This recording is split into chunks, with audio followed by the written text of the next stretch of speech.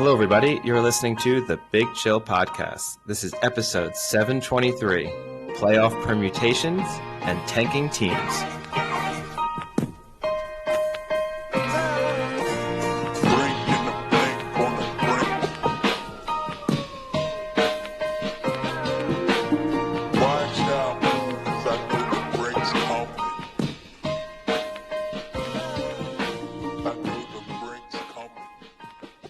Hello, Big Chillians. Welcome back to the Big Chill Podcast. I'm Frank.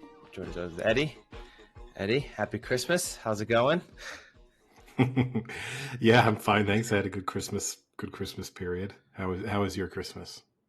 It was nice. I was 10,000 feet up in the air. That's Of elevation. Yes. Yeah. Nice. Well, I mean, you got snow. That must make it feel more Christmassy to be in a somewhat snowy environment. A tiny bit of snow. There's like just patches of snow on the ground, but it didn't actually snow at all. But still, it was nice. It was actually kind of nice to have like a colder Christmas, get to wear some winter clothes. It felt more Christmassy. Went up to Flagstaff, got some more winter clothes, some nice new jackets from our favorite store, the Rooster Bus. Our future sponsor. Future sponsor. I need them to be a future sponsor the way I spend money at that place. It's not cheap. Nothing there is cheap. No, it's not cheap. Jackets are expensive nowadays. Everything's expensive. It's inflation, you know. The tariffs will fix that. You just gotta wait. You should have held off until the tariffs came. Tariffs. Should have waited till the tariffs came into play, and then those jackets would have probably been. What'd you spend? $250, $300 on a jacket? They probably would have been $25, $30. I know. Oh, such a shame. I actually heard, speaking of, I was listening to a science podcast, and they were talking about the price of eggs. And the reason that egg prices are high has nothing to do with inflation. It actually has to do with the fact that the bird flu is actually pretty prominent right now, and it's just killing tons of birds that would normally, lay eggs. So there's a shortage of eggs because of it, and blah, blah, blah. But it just made me think, if that were thrown out there in like a real public scenario, how insane it would be. Like, oh yeah, it's the bird flu. Yeah, sure. Oh, here we come again with the bird flu. Like, it's just like when you hear certain things nowadays, I just instantly think how people will react and how vicious the reactions will be. And it made me laugh more than it should. Just thinking about stuff like that. That's a way we can maybe start to transition into the world of sport, because part of my television consumption over the last few days has included that Aaron Rodgers mini documentary series. I just thought I had to. You watched it? It's not all of it, but I thought I can't be that critical of him and then not also at least try and consume the content that he put out there to provide a better understanding of what he is like as a person. I felt like it was only fair, if I am on a public forum going to rip into him every opportunity I get, I should at least listen to him tell me how insane he is. It's not very interesting. This is interesting to me, because I sent you yesterday or the day before that Netflix is doing a Jamie Vardy documentary, and I find that way more interesting than the Aaron Rodgers. Because at least the Jamie Vardy is like the whole, like, kind of came from nowhere, like gutted it out in the lower levels for a while, got a good opportunity, made the most of it. Like, it seems a much more interesting story than guy is douchebag and psycho, has a shit ton of money, funds his own documentary to try and make himself look good, but looks more like an asshole. The Jamie Vardy thing, I've got nothing against Jamie Vardy, but I don't find him that interesting as a person. His story would make a good movie. Like, it's like the Kurt Warner, same thing. You can did that make a good movie? It's a bad movie. But unfortunately, the Kurt Warner thing was kind of killed by the religious side of stuff. Jamie Vardy doesn't have that, but I hear Jamie Vardy speak now. I think I know everything that's interesting about him. He can't sleep in hotel beds, and he drinks 4 Red Bull a day. Or whatever, like, he basically only drinks Red Bull. I didn't know either of those, so this documentary might be great for me. Like, he drinks a Red Bull first thing in the morning. That's his wake-up drink. I don't know if you got to watch a documentary to find that information out. He says it in interviews a lot. But the Aaron Rodgers thing, it's not particularly interesting, and for the most part, it's all stuff that you already knew. Like, if you've if you've been remotely aware of what Aaron Rodgers has been doing over the last 24 months, then there's sort of nothing revealing. The only thing that is somewhat revealing within the documentary is it's clear, like a lot of conspiracy theorists, that he's just a full-time contrarian at this point. And this is the thing I struggle with of do your own research, challenge authority, think about stuff before you just do don't be a sheeple. But if you're on every subject landing on the other side of the fence, then that's not you doing your own research. You clearly are, that's where you want to be. And that's the thing I struggle with. It makes him look like a little bit of an idiot. And I guess I feel sort of stupid because I think for the first 10, 15 years of his career, I would have put Aaron Rodgers firmly in the smart football player category. It turns out he's one of the dumbest. Well, yeah. I mean, I guess it depends on what you consider smart. Like, he might actually have a decent IQ, but his emotional intelligence might be like borderline negatives. Oh no, he has zero emotional intelligence. He has no soft skills. Like if you were hiring someone, if he was up for a managerial position somewhere, and you might be he's our best salesperson. You could end up with that scenario, but zero people skills, zero ability to manage situations. But yes, if he's working entirely independently, he can be okay. Which is strange because a lot of his teammates do love him. That much is clear. Do they? Because one really good teammate came out today yesterday and said, if Aaron Rodgers is on this team, I'm getting traded next year. I think for a while, I do think, to be honest with you, I think he's I think being good masks a lot of that stuff, right? Like if you have a teammate and he's making you look good and look better, I think people will look past a lot of things. Well, he's definitely not done that and that's why people are no longer looking past it. Yeah. He's not done that at all with the Jets. But I don't know. I think he's gone off the deep end since COVID. And so probably if you ask a teammate of his from 2015 how they feel about Aaron Rodgers, probably really different to how his teammates feel about him now.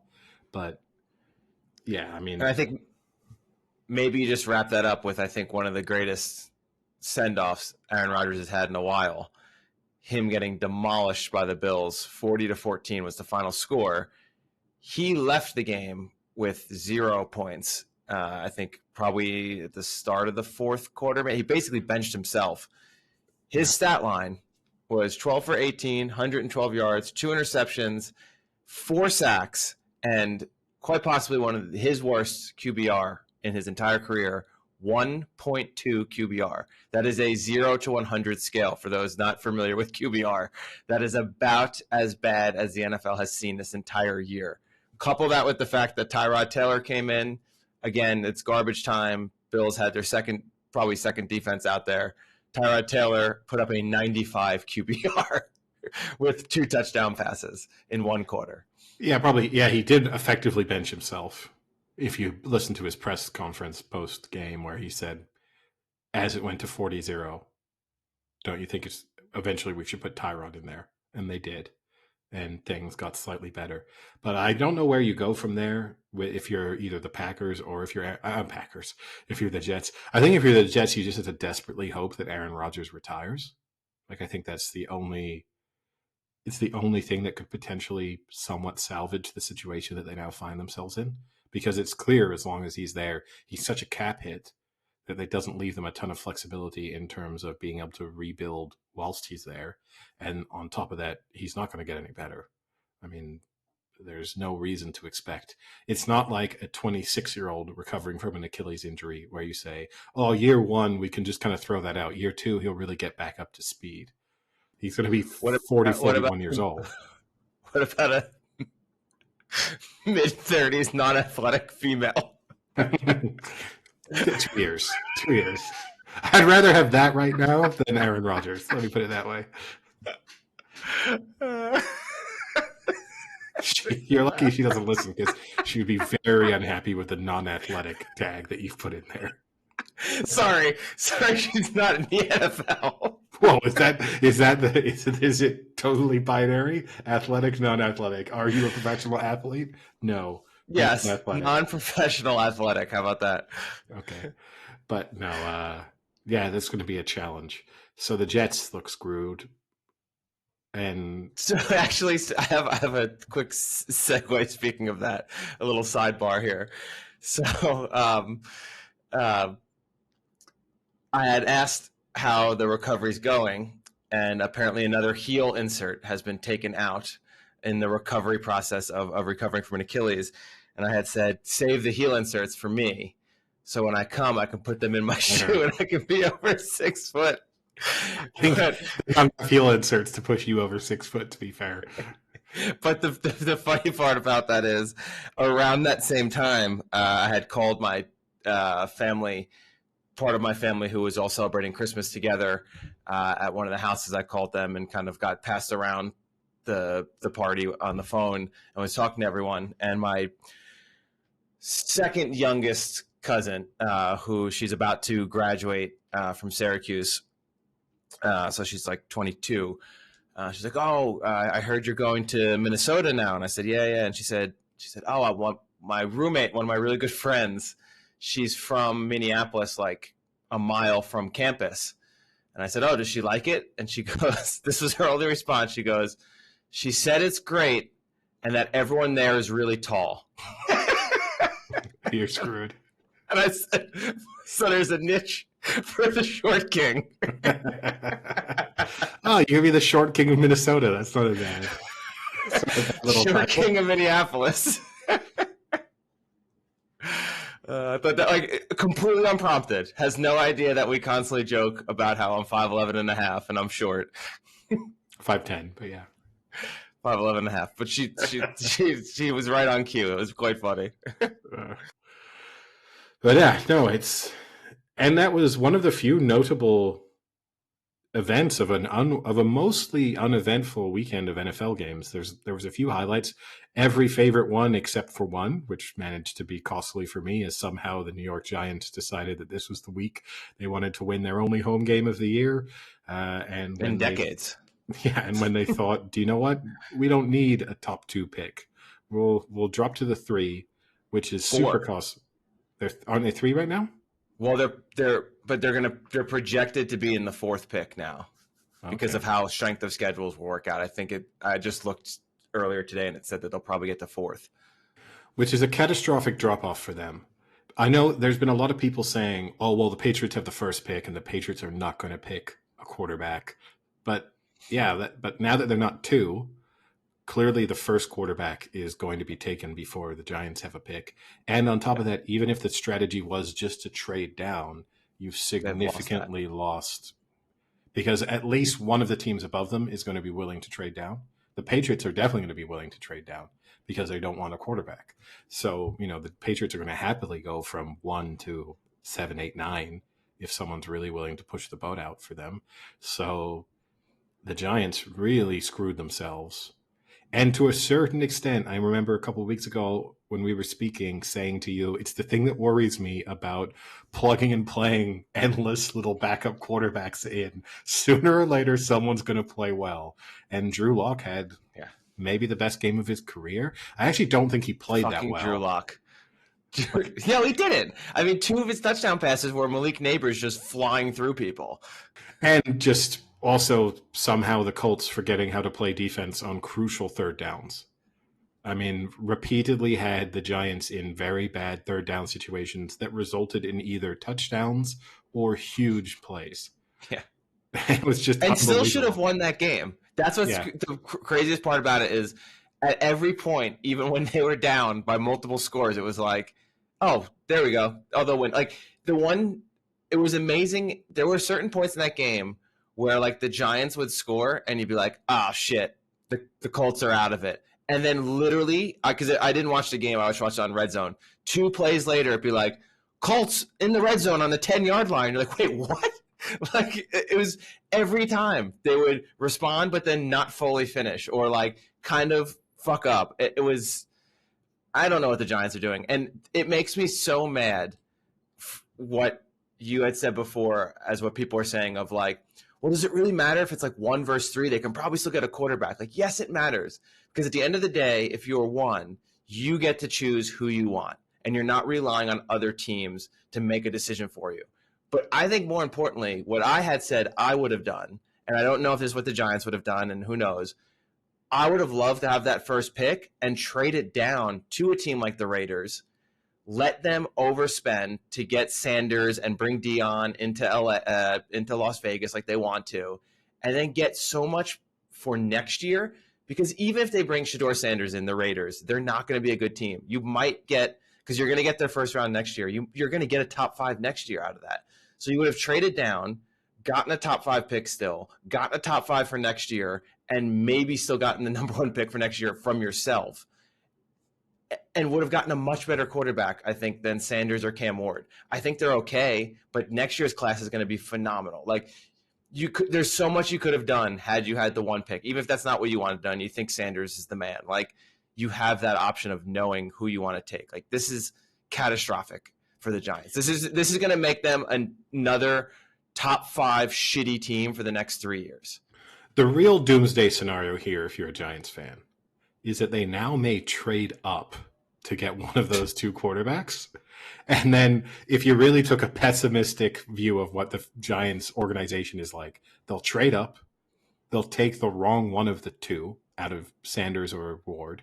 They'll end up with a bust from one of the top 2 picks that they also gave up future draft capital in order to get. Yeah. And so you will have really, through 1 win, have gone from, well, even if we miss, we'll probably still be bad next year and maybe we get another shot like it doesn't, to, oh, now we're still bad and we don't have a way now to improve our situation.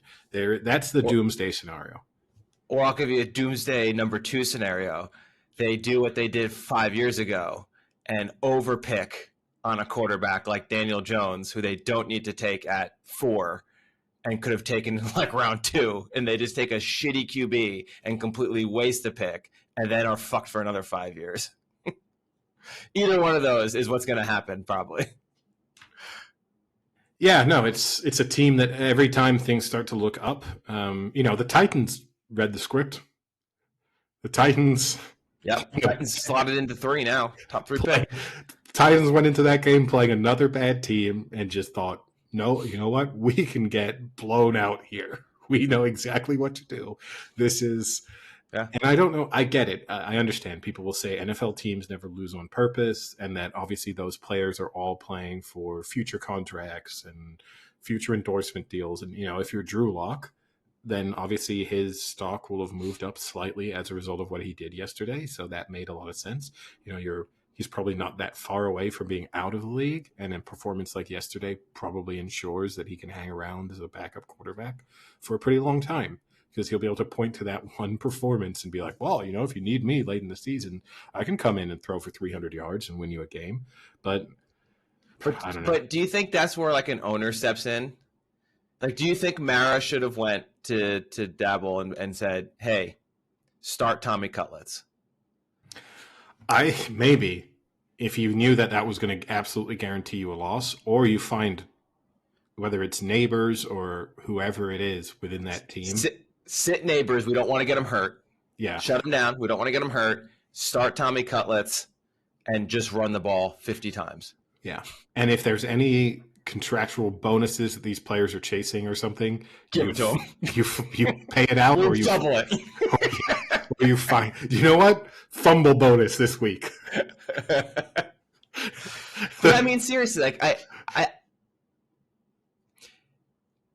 I would assume there are multiple owners out there who would do that, or find a way to do it. Because obviously there's probably some parts of some of those that you're not allowed to do. But whether it's, hey, you know what, my friend who owns a few car dealerships in the greater New York area, they're going to let you be the face of 6 of those franchises.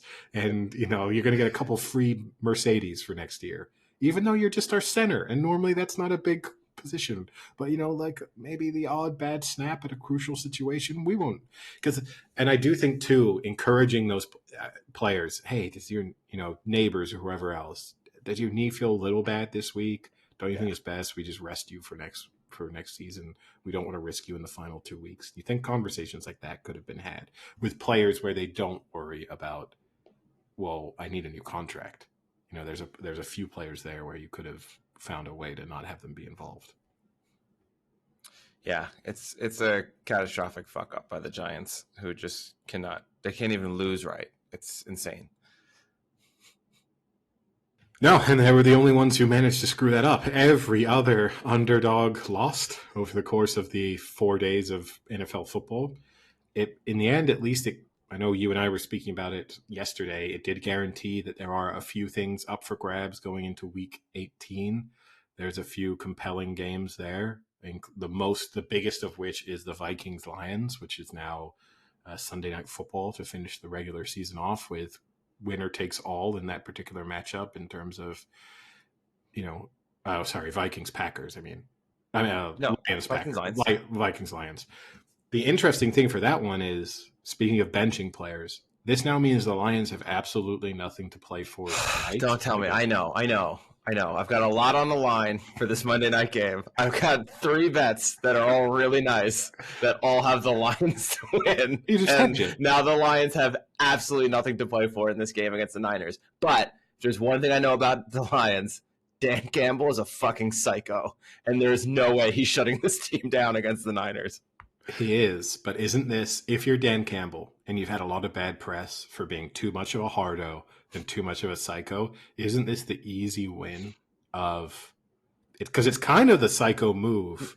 No, you double down. You double down. You're Dan Campbell, you double down. Not only am I playing the starters, I'm going to play them and like make injury-like plays on every play. I'm going to tell my line to not block and just let all-out blitz on Jericho. The real Dan Campbell move would be to rest the starters. But then when the Niners are up like 14-3 in the third quarter, bring them in. That would be the real Dan Campbell move of like, I had faith in my backups. Turns out we're not going to win. I don't want the loss on my resume. But if the Lions were smart, they're so injured as it already stands. They have to rest players for this game. No, don't tell me this, Eddie. But no. We're not turning into Bill Simmons where our bets influence all of our analysis of the NFL. You have to rest. You have to rest Gibbs. You have to rest Amon St. Ra. You have to rest Goff. Yeah. Not with the bets in any play. I kind of agree, but at the same time, I do sometimes think there is legitimacy to the, like, playing, getting in grooves, getting reps, and not kind of resting too much and then going into a game kind of being, quote-unquote, rusty. Do you know what I mean? Like, maybe you play them for half and then pull them after the first half, or maybe, like, do, like, a preseason, give them 2 or 3 series so that they kind of get a feel for a game. They're not just sitting and getting cold, run through some plays, work out some things, and then just sit them after the first quarter, maybe something like that. Like, I do kind of think there's something to it. I don't know. I go through the risk-reward assessment of this. Even if you play him for 1 series and Gibbs gets hurt on the first play, second play, third play, you feel like an idiot. And I know every year we have the rust versus rest debate in the NFL because you always have the wild card teams, and if they come out and blitz everyone in the second round, well, the rest helps. If either one of the bye teams loses, well, then rust. And I don't know. It seems to me over the course of the regular season, all these players and all the staff talk about how impactful the bye week is to them. So why wouldn't it be impactful for the Lions to have a bye week now? They know who they're playing. They can literally, as of yesterday, like today, they could be having a practice and preparing for the Vikings and have their starters just in full Vikings mode. I don't know. I would be resting pretty much everyone. I don't see the benefit of winning, especially because the only scenario where I might is if you were playing another potential playoff matchup. Then maybe you say, do you know what? There's a benefit to us going out there and playing and getting confidence out of that win, or being able to then, if we play them 3 weeks from now, go into that knowing that we beat them in the regular season. They're playing a Niners team that won't be in the playoffs. So even if you win, what are you? I don't know how much you can really take away from that. It's a very beaten up, injured Niners team. I just don't. I would like the Niners to start resting everyone. They might. It's going to be just everyone's rested. It's just not play this game almost. But yeah, I don't know. One quick game I would like to cover, and then we can go into the playoff scenarios, the different permutations, and look ahead. The Christmas Day game, the Kansas City Chiefs blowing out the Pittsburgh Steelers. Now, Eddie, is this, wow, actually the Chiefs are pretty good, and now they're turning it on, and they do look like they could be a Super Bowl contender? Or is this, Frank, you were right, the Steelers fucking suck? It's neither. What do you want? It's one. It's one or the other. No, there's a third option here, which is the Chiefs are who we thought they were, and they're, okay. But the reality is that the Steelers also are who we thought they were, which is they need the right matchup for sure. There's certain teams that they can play well against. And also, they're very much a team that needs to get a lead. The Steelers can strangle you defensively. I know they've actually had a reasonable number of comebacks over the course of this season, but when they're in the playoffs, they need to know. They need 7-0, and then they need to put you under pressure, and they need that game to go slowly so that they can just, they need an under 30-point game total in a playoff scenario. They probably want bad weather, and they definitely want to get out in front. And if they anything else they need to potentially win a game? Well, what a good team they are. That sounds like a team that's great when you have 6 prerequisites they need to address before they can actually win. Well, the good news for them is they'll probably have bad weather for one game. They'll probably have a decent matchup for at least their first round. Yeah. And then they'll get blown out probably in round 2. But I think they'll win a playoff Finally won a playoff game? Yeah, I think they'll win their first. I think they'll win in a wild card weekend, I think. I don't think they will. Would you rather go through it by seed or by teams? I think by seed actually might be a little easier. Yeah, it'd be clearer for listeners. One interesting stat I did see just before we move on, speaking of the bad teams, the Patriots, who were blown out by the Chargers on Saturday night, means that now over their last 30 home games, which is in the post-Tom Brady era. Did you see the statistic? No. So they're 11-20 at home since Tom Brady left. Tom Brady, during his near 20 seasons with the Patriots, was 121-20 at home. So in order to match the Tom Brady's career, they need a 111-game winning streak at home to match what Tom Brady achieved.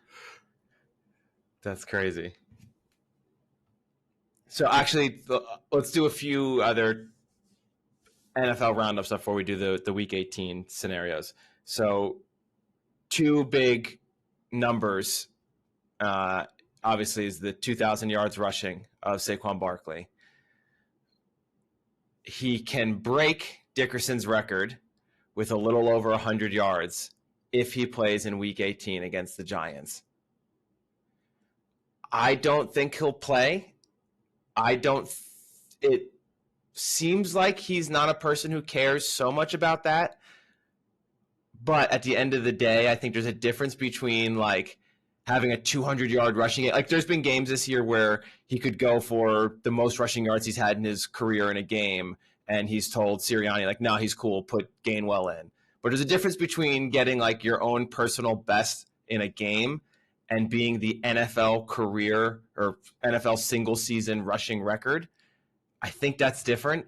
And if I were him, I think I'd kind of want to play because one, you can easily get it. You can maybe get it in the first quarter. And two, it's against the Giants at New York. So that would be a really spectacular way to break that record. I guess the argument would be it's a longer season now anyway. So it would kind of be like an asterisk-like season or a record. But there's some pretty cool stats about it because he actually has less carries than Dickerson did. So right now, where did I find it? He's got 25 less carries than Dickerson. So if he gets it, it'll actually be the same like yards per carry, but just in an extra game. Yeah. So maybe that makes it a little more like legit. I don't know. But then the crazy thing I saw is Dickerson did it in 16 games. O.J. Simpson has a 14-game mark where he had 143 rushing yards per game average, which is 10 yards better than anyone else ever. So, like, Dickerson is kind of asterisk compared to Simpson. But then even crazier is Jim Brown ran for almost 1,700 yards in 12 games, which is better than any other one has ever done in 12 games. I don't think the asterisks matter because I think over time people forget. Yeah. If you're 25, and the game changes, right? And we're never going to reduce the number of games. So we're 10 years away from sort of every young person who watches the NFL will have only ever experienced 17-game seasons. So it will feel so antiquated to be, it'll be like listening to someone talk about like Jerry West to us, where you're like, who gives a fuck? Jerry West wasn't probably Jerry West. That's good. No, you know what I mean? Like there's the moment where you're like, give it up, old man. We don't care. We all know this guy is probably better than whoever your guy was who was smoking cigarettes at halftime and drinking beers all week. And I think you hold the record. And this is not an unbreakable record in the sense that people have come close over the last few years. It's been in play for a number of players, but it almost feels sort of unbreakable because every time someone's got close and genuinely tried to break it in the final couple of weeks, they've ended up coming up short. I mean, Adrian Peterson got super close that one year, right? And couldn't pull it off. I think you go for it. 100 yards. He should feel confident against this Giants team that he can get 100 yards. I think you do it.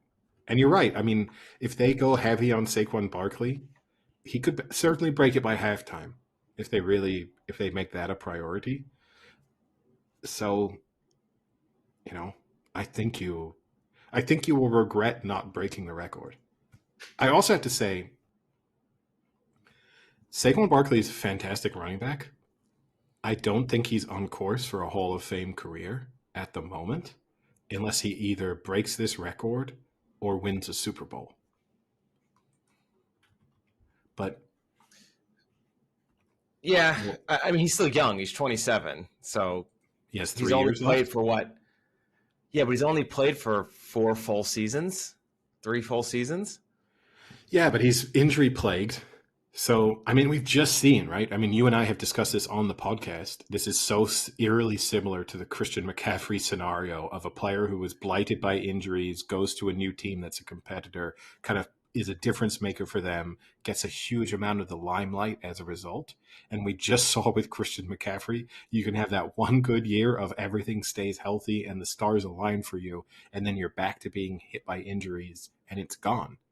Like, is Christian McCaffrey a Hall of Famer right now? Probably not. Yeah. Oh, for sure he is. Yeah, for sure. 100%. Not in my book, he isn't. But see, this is what's weird because I don't know what so for me, I think one of the major things that defines a Hall of Famer is in his era, was he like one of the best at his position?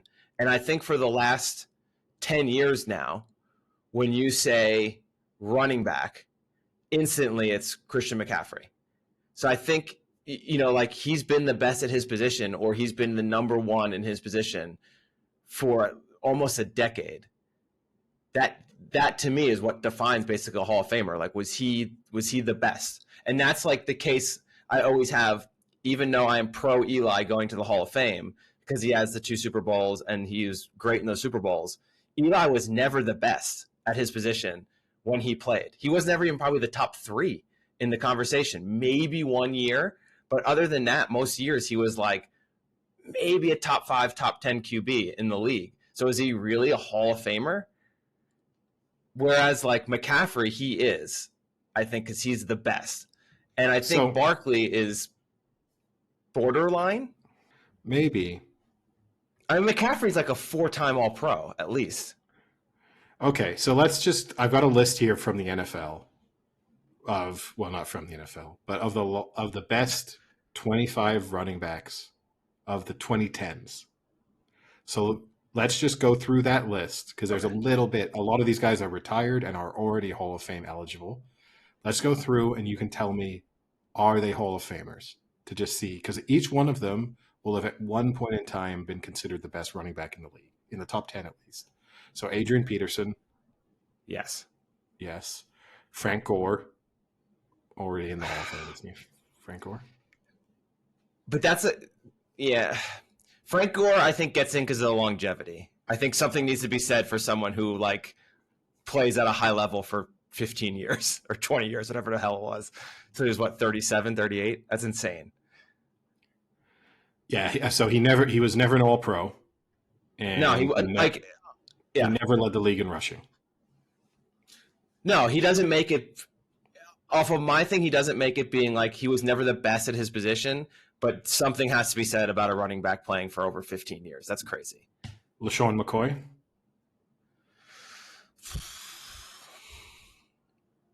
No. All right. This is number 3 on the list, remember. I know he's close. He's close because he had how many years was he All-Pro? 3? 2? 2. Yeah, it's close. He had those 2 years. He was phenomenal. And 6 Pro Bowls. Yeah, but we both agree Pro Bowls don't mean anything. And he had his record. Tyler Huntley was a Pro Bowler last year. Let's keep that in mind. He had 2,146 yards from scrimmage in 2013. That's rushing and passing. Yeah. Receiving. Todd Gurley. Oh. That's close. No. Jamal Charles. Oh, Jamal Charles had that like 1 year he was just like off the fucking charts. No. See, like no. I think as I'm giving you these names, you're coming closer and closer to where I land. Ezekiel Elliott. No. I mean, but that's what I mean. Like I think McCaffrey's better than all of those, like without question. Besides maybe Peterson. He is, but okay, let's take Saquon Barkley, for example. I think Saquon Barkley and Ezekiel Elliott's careers up until this point are pretty similar. Like if you took the early years of Ezekiel Elliott right now. Barkley was Rookie of the Year. I don't know if Elliott was Rookie of the Year. But I mean, but realistically, you're really looking at 2 players with sort of similar some injury problems, very dominant at periods in time. So Barkley has 2 years over 2,000 yards from scrimmage and 5 years of over 1,000 yards from scrimmage. So when this came out, the stat they have, so this is obviously 2020. Up until that point, Elliott had averaged 101.2 rushing yards per game. That's pretty good. Yeah. So, you know what I mean? Like if you don't get the Super Bowl or if you don't get the big record, I think the thing that will help Christian McCaffrey is the Super Bowl appearance will help him definitely. And also how remarkable last year was that he only missed 1 game where he didn't score a touchdown. Like those 2 things, it's not our record, but it was pretty close. It will stick in people's minds. And he was the face of that Niners team making the Super Bowl, nearly winning the Super Bowl. But if like the Niners had lost in the NFC Championship game last year, and then you look at McCaffrey, I don't know. I don't think he's. So McCaffrey's a 3-time first-team All-Pro, 1-time second-team All-Pro, NFL Offensive Player of the Year in 2023, and rushing yards leader.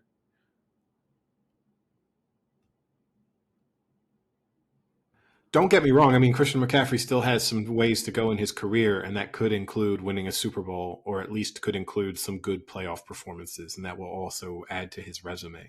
But he's only 1 year older than Saquon, too. If Christian McCaffrey, the remainder of his career, is just mostly being injured throughout seasons and having a few big games, but never winning the Super Bowl, I don't know. I don't feel like that should be, because basically what you're saying, if Christian McCaffrey right now is a Hall of Famer, you're basically saying there's almost a quota of Hall of Famers from each 5-year, 10-year period. And we just got to take the best players. Like, you don't have to be an all-time great. You just need to be the best around at a certain period of time, and we'll put you in. And this is not a great era for running backs for a number of reasons. Not only because I don't think there's that many good ones, also the way in which they're used is obviously very different. So the standout for, and this is maybe part of the argument for like Christian McCaffrey, Saquon Barkley, Henry, is that they are managing to establish themselves as the primary threat in offenses in an era when everyone else wants to just have running back by committee and names don't really matter. But I don't know. I think the same, like Derrick Henry to me is the only one who feels Hall of Fame-ish right now. But even he, to really convince me, I think he needs the Ravens to maybe at least make a Super Bowl. He needs an iconic playoff performance for me to feel more comfortable about that. I mean, I know the Titans had a couple okay playoff runs with him there, but I don't know. Derrick Henry is Offensive Player of the Year once, one-time first-team All-Pro, 1-time second-team All-Pro, 2-time NFL rushing yards leader, and 2-time NFL rushing touchdowns leader. Yeah. I don't know. And I get it. There'll be purists who are like, of course a running back needs to get into the Hall of Fame regularly. But obviously we're going to be electing way more tight ends into the Hall of Fame now than we would have been in the 90s. You know, like there's no doubt in my mind that we've probably in the league currently have 5 Hall of Fame tight ends, 6 maybe. Playing right now? Yeah. Obviously, well, Travis Kelce's obviously going to be a Hall of Famer.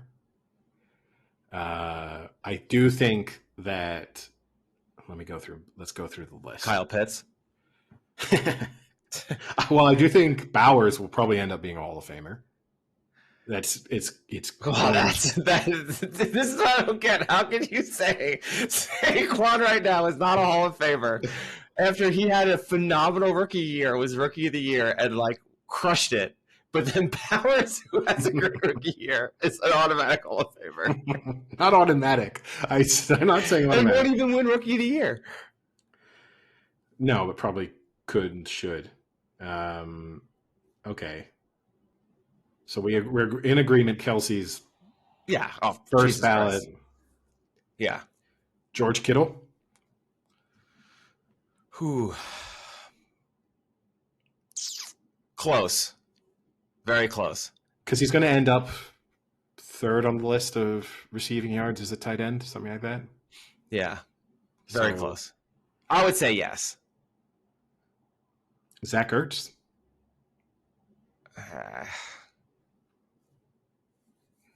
I don't think so.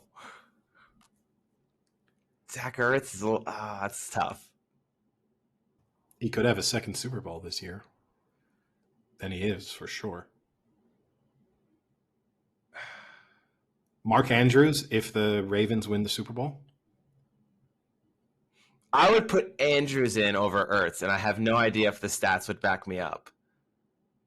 But Mark Andrews, to me, feels more crucial than Ertz ever did. Sam Laporta? Got a while to go, but early in his career, but on course. Yeah. You know what I mean? Yeah. Has potential. Mike Gesicki if the Bengals win the Super Bowl. Get out of here. I love the Penn State shout out, but Yeah, I think you can make a strong case for. I would expect Kittle, Yeah, I would think Kittle Kelsey, and Kelsey. Laporta eventually, He's only and played 2 years. Brock Bowers eventually will all be Hall of Famers. And I think one of Ertz and Mark Andrews gets into the Hall of Fame. Zach Ertz, not much on there for terms of like trophy stuff. Mark Andrews, one time first team All Pro. That's about it. But it's a tough era, right? Yeah. So Andrews has 5,500 receiving yards and 50 touchdowns. Zach Ertz has 8,050 touchdowns. So Ertz would be way better. For context, Zach Ertz is 9th all time on tight end. He has more than George Kittle, which is actually kind of. I mean, it isn't surprising based on games played because he's played 50 games more. But yeah, he's 5 years older. It does kind of surprise me in some respects. But it is surprising. I mean, I guess the thing with Andrews right now is he's like splitting time with Isaiah Likely, which is kind of tough. But I think when you look at that list, he's a top 10 for receiving yards. By the time he retires, I mean, I don't know how many more years Zach Ertz has left in him, but he could easily get himself. He could be right behind Rob Gronkowski in terms of yards. He's 1,200 yards behind Rob Gronkowski right now. That's crazy. So, he'll be, I think on that basis, he'll end up being a Hall of Famer. And he's won a Super Bowl.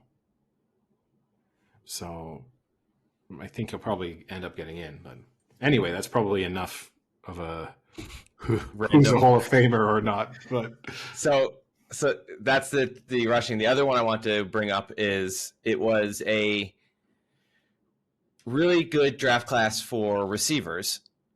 With notably Marvin Harrison Jr., Rome Odunze, and Malik Neighbors being the top three that everyone was deciding who to pick and, what order should they go in and who's the best. And coupled with that is the fact that this year is the first time in NFL history that 4 rookies have all reached 1,000 receiving yards. But what's interesting is only one of them was one of those players that was debated about being the top wide receiver in the draft class, and that's Malik Neighbors. So the 4 players with 1,000 yards receiving are Malik Neighbors. Oh, you can guess if you want, yeah. Well, McConkey must be there, right? Yep, Lad McConkey. I should preface this: 4 rookies received 1,000 yards receiving. Go, give me the list. McConkey was the only one. Brian Thomas Jr. and your Hall of Famer, Brock Bowers. Yeah. May as well. I would not even make him first ballot. I'd make him negative 15-year ballot. Yeah. So very interesting. And I think at least for the Giants, although they just fucked up getting a good quarterback, I think Neighbors is pretty legit. It's tough with receivers though, right? Because we see them sometimes have a good rookie year 2, year 3, and then fall off a cliff. Vice versa, you see people develop a little bit later. I don't have as much faith in being able to project with wide receivers that they can sustain that dominant performance over an extended period of time. But it's obviously encouraging for the Giants. You then have to get him to sign a second contract. That's the other fear. So if you don't have a quarterback in place that he feels like he can hang around with, that also came a day after Sanders had posted a picture of him wearing Giants cleats. I don't know if you saw. He had Giants cleats in his locker. Yeah. And you know that at least meant that he was willing to go there. Because I do think with Sanders there is a risk. And maybe the Giants knew this. Maybe the Giants knew we don't need to be worried about where we are in the draft order because he'll refuse to go to. Oh, pulling Eli. Yeah. I mean, do you think Sanders... I think he would love to go to Vegas. Do you think he'd go to Tennessee? No. I don't think he's going to Tennessee. So that might be a tough spot for them. I think Vegas is going to trade up.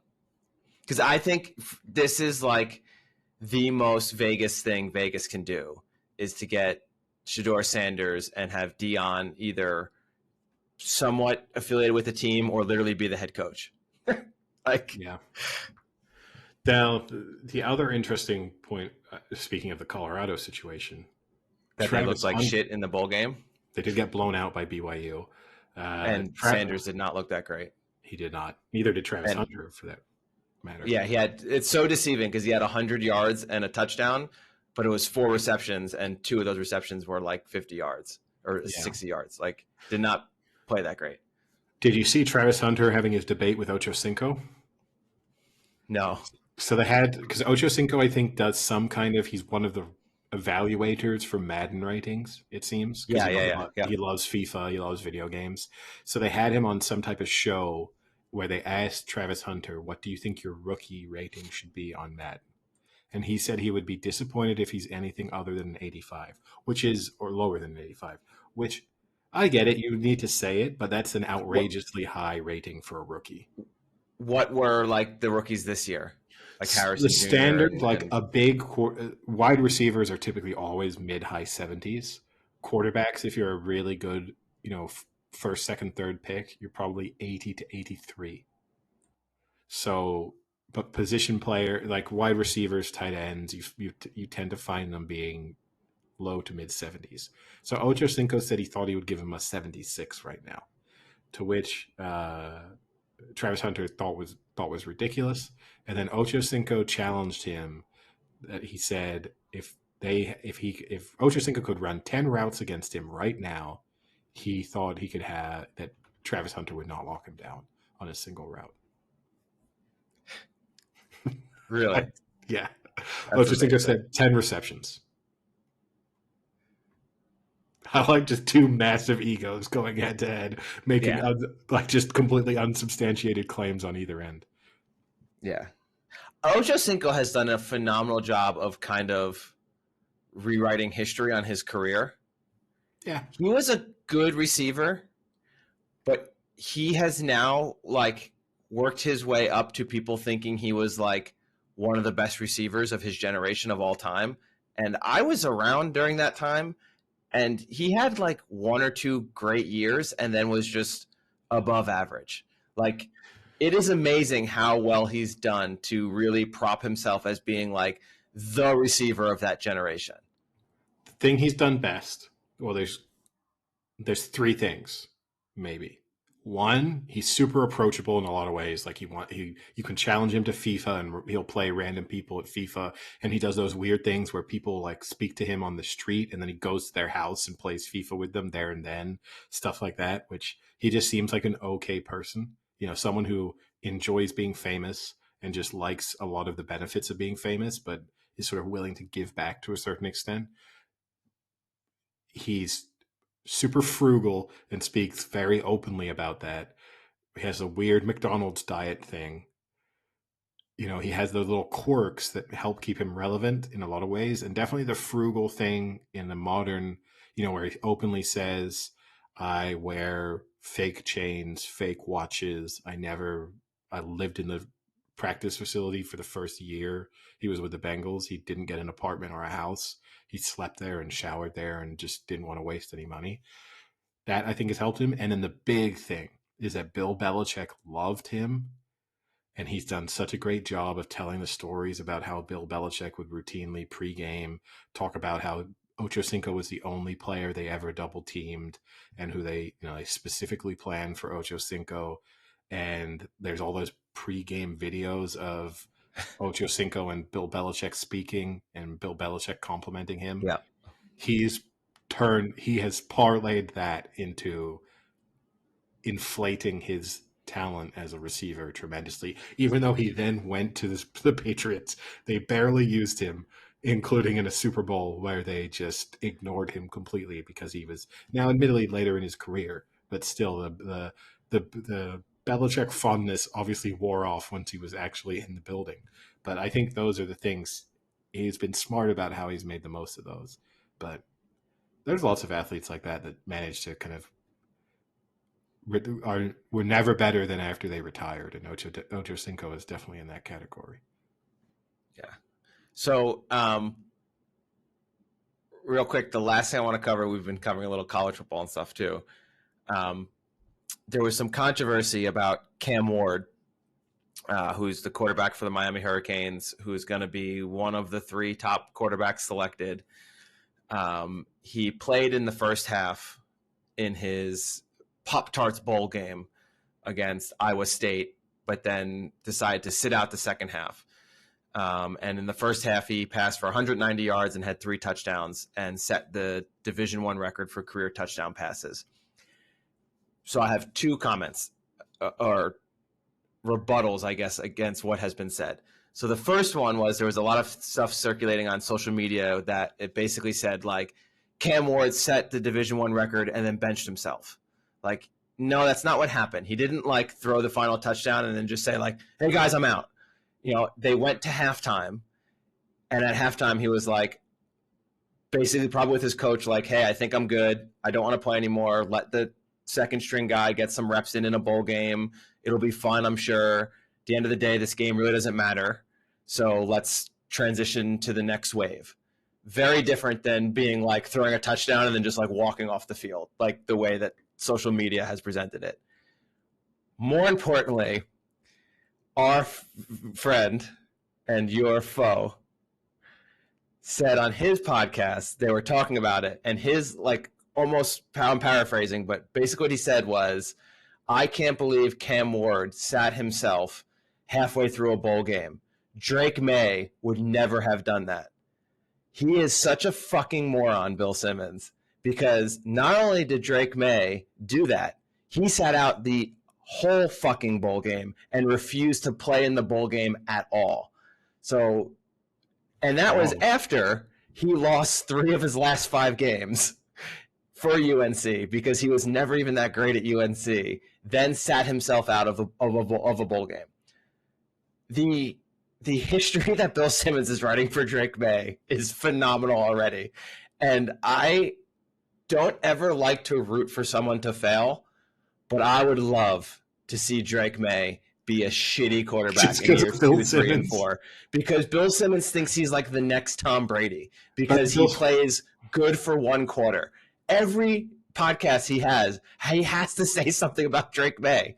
And this guy, he looks good, but he's not winning, and he's getting garbage numbers. But like when Caleb Williams picks up garbage numbers, it's like, oh yeah, Caleb Williams had 250. Yeah, they were garbage numbers. But it's like Drake May was down 35 points and then had 2 touchdown drives. Like, those aren't garbage touchdowns. I love this because I think you've always found my relationship with Bill Simmons to be somewhat irrational, but the reality is I've just been around for longer. So, you know, I've been I think it happens with everybody. Like, I think everyone has outrageous takes. Like, I'm sure people are like, think I'm crazy about the Steelers take or whatever, but like, yes, someone has to call him out on his take. And they do that kind take is crazy. Cousin Sal at least pointed out that he felt somewhat similar about Mac Jones, and you can definitely go back and listen to Simmons from, 2021, 2022, and he would have been speaking pretty positively about Mac Jones. The numbers are probably identical. Pretty similar, probably, yeah. And I agree. Drake May looks pretty good as far as rookie quarterbacks go at times in bad situations, but he's still also getting routinely blown out. But also, the final bit on that point, I mean, Simmons openly admits he does not watch college football, so he's an unreliable source for he doesn't watch any college football. I think he maybe tunes into the SEC championship game, or maybe that the rivalry week when you have Ohio State, Michigan, he maybe watches a tiny bit of that kind of thing. And probably during the playoffs, he'll watch the semifinals and final of the college football championship now because he'll bet on it. But he doesn't watch most of the games. So not only is he an unreliable source of information for college football itself, it also makes him an unreliable source for any type of rookie analysis of players either, because he has no reference point when he's speaking about. He's just saying, I hear they were good in college. That's basically it.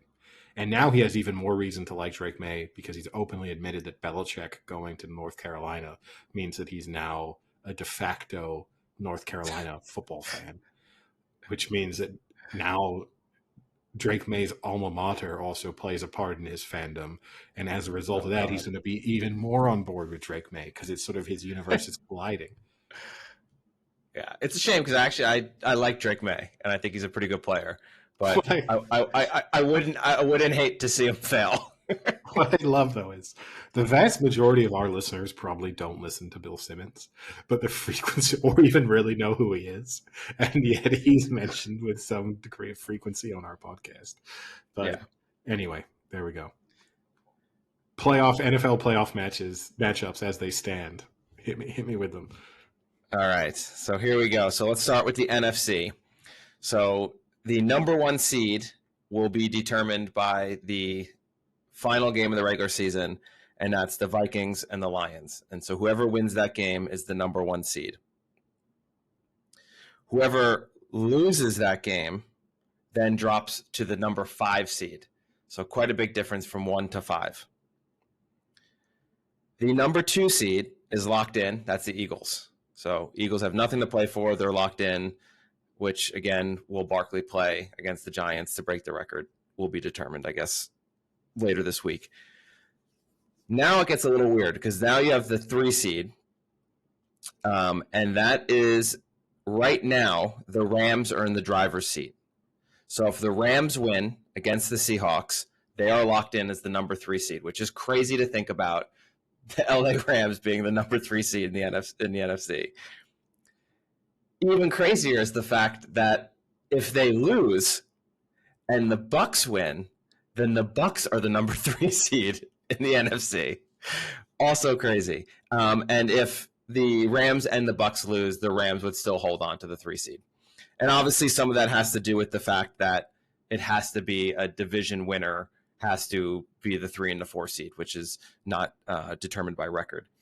And then the 4 seed would then be whatever one of those teams isn't the 3 seed, except in the scenario that the Bucs lose and the Falcons win, then the Falcons would be the 4 seed and the Bucs would be out of the playoffs.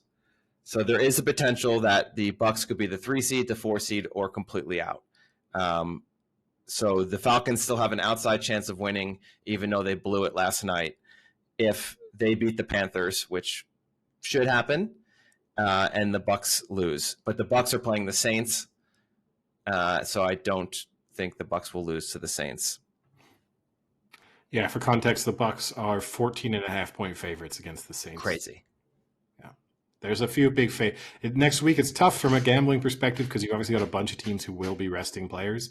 Like I don't know what you do in the Eagles-Giants game where the Eagles are 3.5-point favorites, but that could be the Eagles' backups. It could also be the Giants.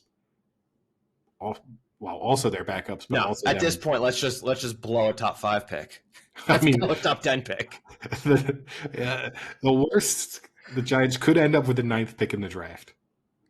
It's crazy. I think there's a strength of schedule element. Like I don't know where that factors in there, but there is a potential there based on where these. And I also don't. Some of these teams are sort of playing, but theoretically could be about the 9th pick. I mean, Cleveland's not winning. They're 17.5-point underdogs against the Ravens on Saturday night.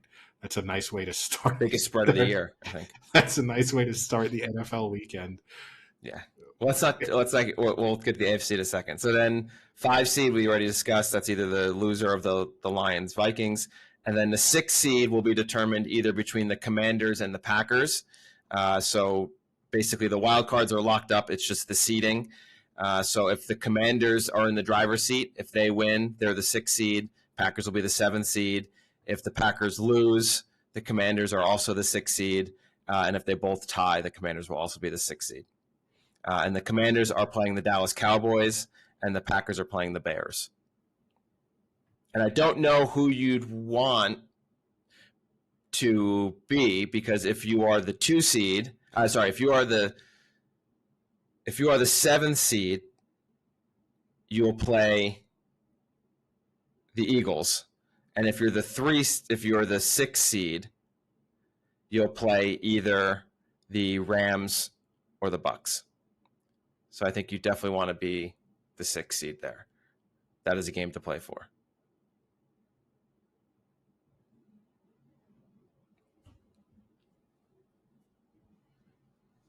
Yeah, I mean, there's going to be some fairly uncompelling wild card weekend and divisional round playoff matchups, I have to say.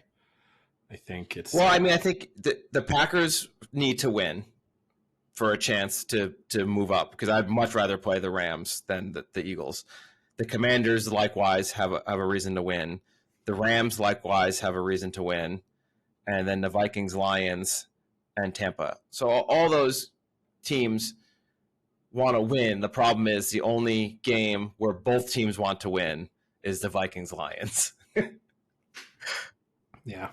Because I was quickly, when I was looking at that draft order, it then redirected me to a mock draft, which at this stage is still way too early. But if this mock draft is true, I would love it for you, because it has the Giants selecting Will Johnson, the cornerback from Michigan, with the 4th pick, and then taking a quarterback in round 2, drafting Jalen Milroe as. Oh, God. That I would just love. I mean, how can you not take a quarterback who had 15 touchdowns and 10 interceptions? Jalen Milroe. Okay, and then go to the AFC. Number 1 seed locked in. That's the Chiefs. Number 2 seed locked in. That's the Bills. So good start here, but then it gets a little tricky. I should also say number 4 seed locked in. That's the Texans. Now, the number 3 seed, the Baltimore Ravens, are in the driver's seat. If the Ravens win versus the Browns, they are the number 3 seed. If the Steelers win against the Bengals and the Ravens lose, then the Steelers are the 3 seed. And if Pittsburgh loses, then the Ravens are automatically the 3 seed. So they would be the division champs with either a win or a Steelers loss. Number 4 seed, we said. Then the number 5 seed is where it gets a little tricky. If the Ravens lose and Pittsburgh wins, then Baltimore does not win the division, but they get the 5 seed. If the reverse happens, then the Steelers will be the 5 seed. But the Chargers can slide into the 5 seed if the Chargers win and the Steelers lose. And the Chargers are playing the Raiders. So more than likely, the Chargers should beat the Raiders. And if Pittsburgh cannot beat the Bengals, they will go from potentially being a 3rd seed to dropping all the way to the 6th seed. Because the 6th seed is just the reverse of the Chargers-Steelers. Does that make sense? It does. And then the 7th seed would be the wild card, which in the AFC, there are still teams in the hunt. So right now, the Broncos are in the driver's seat. If the Broncos win against the Chiefs, they are the 7th seed. If the Dolphins win and the Broncos lose, the Dolphins playing the New York Jets, they are the 7th seed and the last wild card. And if the Bengals win and both the Broncos and the Dolphins lose, then they would be the last team in with the 7th seed. And if both the Dolphins and Bengals lose, then the Broncos would stay in the wild card at the 7th spot. So unfortunately, I think the Bengals are going to beat the Steelers, but I do not think they'll make it in, because I don't think both the Broncos and the Dolphins will lose. The Dolphins, maybe, if Tua doesn't play again. They did not look very good against the Falcons. The Browns. Oh, the Browns. Yeah, sorry, the Browns. Yeah, not very convincing against the Browns. So that could be questionable against the Jets, depending on who they even start. If they start Tyrod, maybe the Jets are favorite. But the Broncos against the Chiefs team that will be completely shut down, I think will be tough for the Broncos to lose. Yeah, no, I think it's too little, too late from the Bengals. I don't think they deserve to make the playoffs anyway. I mean, But I'd rather see them, right? Would you rather see the Broncos than the Bengals? Kind of, because the Bengals defensively are so bad. But they're fun offensively. They are fun, and they just get in their own way all the time. Even on Saturday, they managed to nearly blow that game. I mean, they're very, very lucky that they managed to win that game in the first place, having, I mean, how many times do you get multiple possessions in overtime? So, they're Apparently fortunate. 3. Yeah. But I don't know. I kind of think I don't think they deserve it, because my fear would be with the Bengals is not only if they would be dangerous in the postseason because of how electric their offense can be, and I could see them winning a game or two, and they definitely don't deserve that. I know Joe Burrow has been fantastic, certainly statistically speaking, over the course of this season. I think his stats do flatter him slightly in that I think winning games is an important statistic for a quarterback. Yes, he doesn't always have control over that, and you could talk about even in that game, the kicker could have won it for them on the you know earlier in the game than they eventually did. But I don't know, like he's still kind of, you and I were speaking throughout the game, their defense played pretty well for large chunks of that. And then right when the defense started to let up, the offense did too. So I don't know. I don't think their play over the course of 17 games warrants being in the playoffs. So as fun as he could be to watch, it's probably better that they're not there. And then the NFL, obviously sets up the games on the schedule so that there aren't teams playing when it doesn't matter anymore. And so they did a pretty good job of that. So the Saturday games, the early one is Cleveland-Baltimore, and then the late game is Cincinnati-Pittsburgh. So it obviously matters regardless of whether Baltimore wins or loses, because like we said, Pittsburgh could drop 2 seeds down if they lose then. So they have something to play for, and obviously Cincinnati will definitely have something to play for. And then even if Cincinnati loses, it doesn't mean that the other 2 teams don't have something to play for, because they still need to win to potentially make the wild card, that being the Broncos and the Dolphins, who are playing at the same time, which is Sunday afternoon games.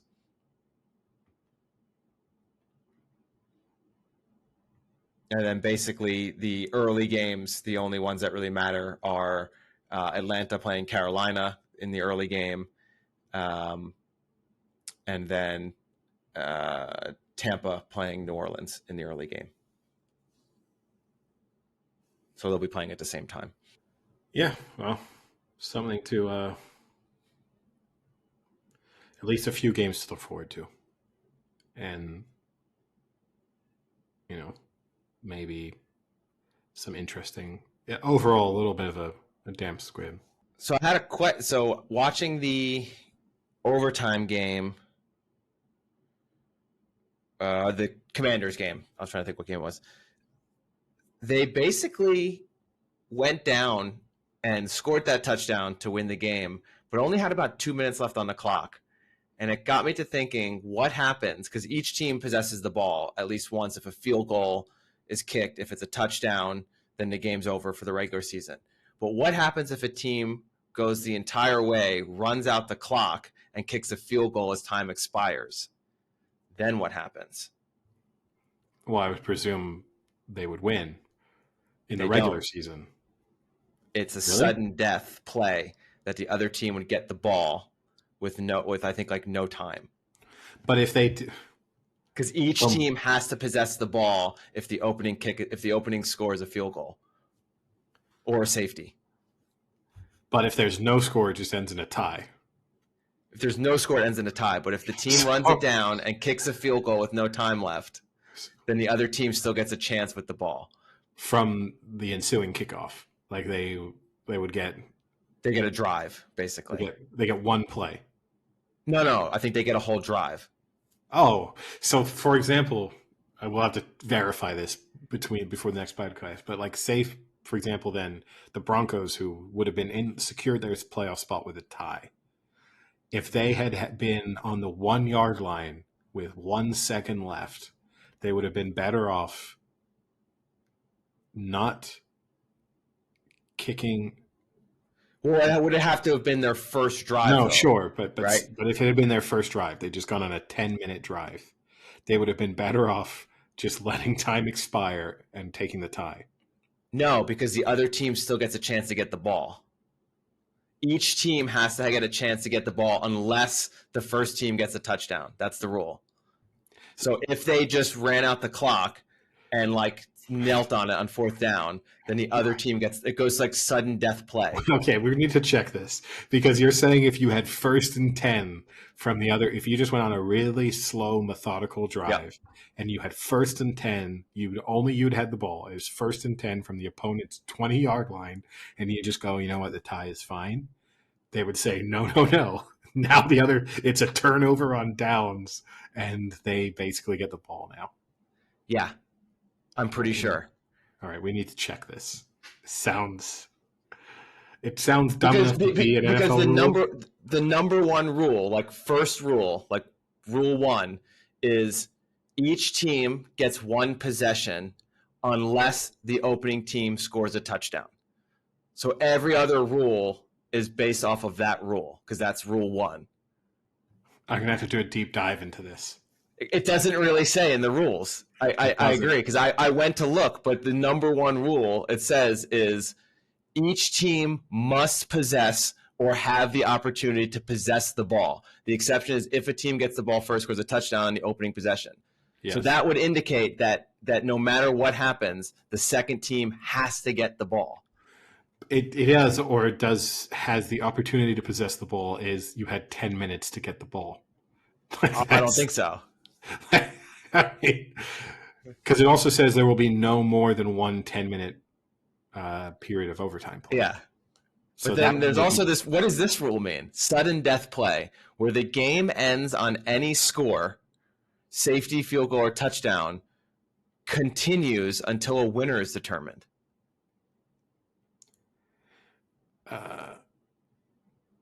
I mean, I guess they mean that. That rule doesn't make sense. I guess what it's saying is like until there is a sudden death play, the game keeps going. So I think that's what that means. No. I think it's sudden death play. Yeah, I think that's what it is. I don't think so. But we're going to have to. The one time I mock whatever his name is, Jim Sarator and all those guys milking a living as we should email him. Let's email Gene Skeletor. Skeletor. He probably doesn't know. That's the thing. That's what I would love is you put him on the spot. If we were in the Fox broadcast booth and I went, hey, tell us what happens to this. Oh, I'm not really sure that it never happened. So here's what's weird, right? Because for the postseason, the rule is clear. This is literally the rule in the postseason. If the score is still tied at the end of an overtime period, or if the second team's initial possession has not ended, the teams will play another overtime period. Play blah, blah, blah, blah, blah. But that's if the second team's initial possession has not ended. What I want to know is what happens if the time runs out and the second team's initial possession has not even started. Then what happens?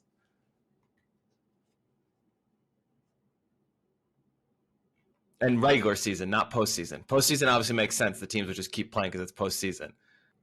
So I think you're wrong. I don't know. I'm on a forum now. So the suggestion from this is that if a team kicked a field goal as time expires, they win. If a team holds the ball for the full 10 minutes with no scores, then they would tie the game. But that's not what I'm saying. I'm saying, what if they kick the field goal as time expires? They win. Oh, no, that's not fair. Well, they must get a possession. No, they had to have the opportunity to possess the ball, which means you had 10 minutes to try and get the ball back, basically. And you but that's failed. not. A 10-minute drive is pretty long. Especially considering you have 2 timeouts. A 10-minute drive is pretty long to not be able to stop a team. I mean, it's long enough that your intent almost has to be from the get-go to have a 10-minute drive. Anyway, I guess that wraps up the NFL till we do our our final regular season week preview. Premier League-wise, quickly, not too much to discuss. Good teams won. City finally won. It was ugly, but they got Damn there. right. Liverpool looked, in complete control last night and with their 5-0 win. But, it's very much as the year comes to an end, their Premier League title to lose.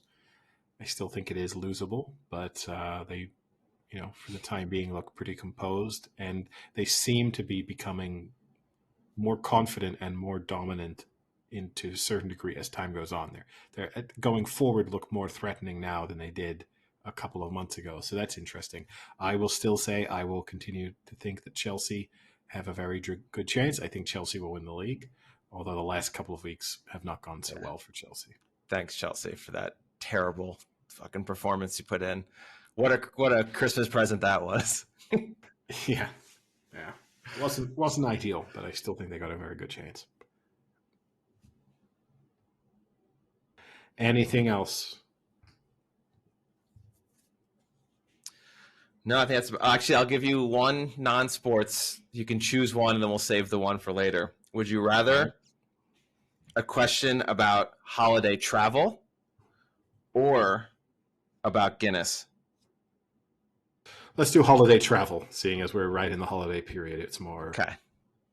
More so, relevant. Yahoo gave me a nice article debating whether or not you should pick up someone from the airport. What is your feeling on the picking someone up from the airport? I feel like there's no need to do airport pickups anymore. I think the ease at which you can get an Uber or a taxi means that unless someone's very old, I think that's the only scenario in which I would pick someone up where you feel like actually kind of helping them with bags even before they get to the Uber or taxi is useful. Or pregnant, I suppose. Yeah. Yeah.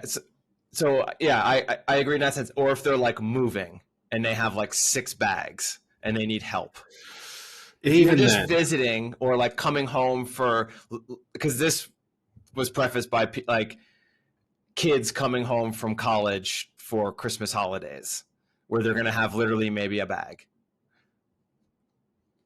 Yeah, no, I think I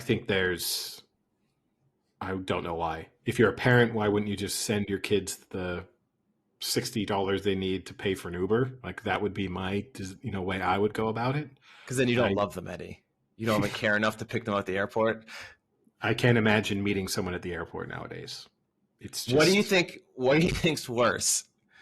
The person who like wants someone to pick them up at the airport, or the person who refuses to pick someone up from the airport? Oh, who wants? Because the reality is, if you want and you ask, it's a very awkward no. Like I say I wouldn't do it, and I don't own a car, so I'm never in a situation in which I can do it. But obviously, if I did own a car and someone asked me, that's a difficult no to say to someone. So and when you ask, it's a difficult no. So I think you're an asshole if you ask. You're the more interesting person to ask in some respects because not only do you own a car, but you also live in a city where going to the airport is not that big of a deal for you. It's not that long of a drive. You're not getting caught up in a huge bit of airport traffic where it's like, oh God, even to pick someone up, I need to get there like 45 minutes ahead of time. So it's a 23-minute drive from my house. So for you, it's a yes, I presume. So for me, it's I don't care. Like, I'm happy if someone picks me up. That's nice. But at the same time, if they don't want to pick me up or they're just tired or it's early or it's late or whatever, I am happy just getting an Uber. Like it's not that expensive of an Uber. So either way, I think it's fine. And I think that's what it should be. Like if that person wants to pick you up, that's fine. I don't think they're inclined to do so. Like I don't think it should be like you should be picked up by whoever, and only in a circumstance where like something catastrophic happens should they not pick you up. It should be like if they want to, that's great. If they don't, that doesn't look any worse on them. Maybe they just have something going on, and you getting in an Uber is just as easy for you. Nothing changes in the scenario of the person arriving into the airport. Nothing really changes except maybe the person that you are going to come home to see or go to see, you're seeing them 20 to 40 minutes later than you would have. That's it. Yeah, I mean, and again, your current living location makes that sort of assessment fair. But, for me, even if I had a car, and I live where I live now, it would take me an hour to drive to the airport. Yeah. That's not, yours is like not a real, it's not a, hey, your day is now going to be centered around picking me up from the airport. No. This is going to take you under an hour there and back. It doesn't really matter for what you're doing the rest of the day. If you turn around to that person and say, hey, come and pick me up, it's an hour here. Also, it's a major airport, so you probably need to be there 30 minutes early because you might get stuck in the airport. Then it's an hour back. And I might have get delayed. Massive road rage. Also, have like an aneurysm. You have to leave so early in that situation that my flight might be delayed or have an issue. It's a nightmare. And you only know by the time I've left. Those are problems. My holiday travel was relatively straightforward, I will say. But it was just a massive humanity on the trains that I was on, and people are just assholes. I mean, it's just, French people don't know how to use lines, wait for things, any of that. They don't know how to use them, but they love them. They love them. Wait outside of a restaurant or a bar, they're getting in it, but they don't respect the idea of feeding onto an escalator. It's just, I'll just cut you. Why wouldn't I cut you? I should be in front of you. I care more about me. Like there's never any understanding. People just on phones, sitting in a train carriage, putting their feet up on stuff. It's not good. Not good. Did you have any baby travels? No babies around, so that wasn't too much of an issue. I know this is an interesting one because you have a dog. I think we have to scale back the acceptance of pets traveling with people. Like we've gone too far in terms of facilitating people traveling with their pets. Like this, I'm not sure you should just be able to plug your dog and your cat in on any form of travel you want to and have them at your seat. I don't know. I don't have an allergy, but I don't know how that works. I don't know. It's true. I have a cat allergy. But one that could kill you, or just one where you're like slightly... No, I don't think anyone has a cat allergy that can kill you. That's got to be really rare. It's not like peanuts. I don't know. But... No, I am very frustrated with the pet travel policy. I mean, because I have a dog who fits in a carrier, who we used to travel with routinely, and the carrier basically just gets in the seat, like underneath the seat in front of you, like if you had a backpack or whatever, and the dog stays in the carrier, and that's how it works, and it's like an extra bag. We've since been told like we can't bring a dog because he's like too big for his carrier, even though he's not. And it's like these weird rules. But then you constantly see people who somehow bypass this rule and get dogs onto planes. And it's infuriating. Like just make a consistent rule and it'd be fine. Because what's really frustrating is then you have people who like will claim their dog as a service dog because they really don't check. And you can tell this dog is not a service dog. And it'll just be like a massive fucking random dog. And then that dog, because it's a service dog, can sit wherever the fuck it wants. And so you'll have a dog like at this person's feet that's just like all over your stuff as well. And that is where it gets frustrating. It's like just make a consistent rule. Or like enforce it or don't enforce it or do what you want. But like the inconsistencies of traveling with pets is very frustrating. But here's the thing is for me, I don't care how big your dog is. I don't want your dog on a flight with me. And I love dogs, but I'm not more inconvenienced. Like, yes, if you're the person directly next to them, then I would rather have a smaller dog. But the reality is that's one person, maybe two who are being impacted. But the most people being impacted are the fact that you have a fucking dog on a plane or a train. Why though? Either they bark, they piss, They shit. Any three of those. I don't know how often that happens.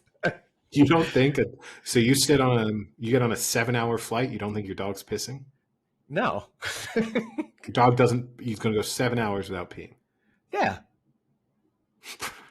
I mean, dogs stay at home all day and they don't pee in their house. But then you also tell me you got to wake up in the middle of the night to let your dog out to pee. Yeah, that's because he like wants to pee. But if I leave him there, he won't. Like, if I don't let him out, he won't just piss on the by the door. All right. I mean, in certain scenarios, might, but I don't know. I'm not. I don't think that happens. I would think old people do that more than dogs on planes and trains. I don't believe that. Babies, sure. Old people, no. And yeah, the barking, the noise is definitely a factor. And yeah, if there should also be some etiquette on the person. Like, you can't bring a dog that is gonna like bite people or like bark constantly or make noises. The barking you kind of don't know until you've taken your dog on a plane, right?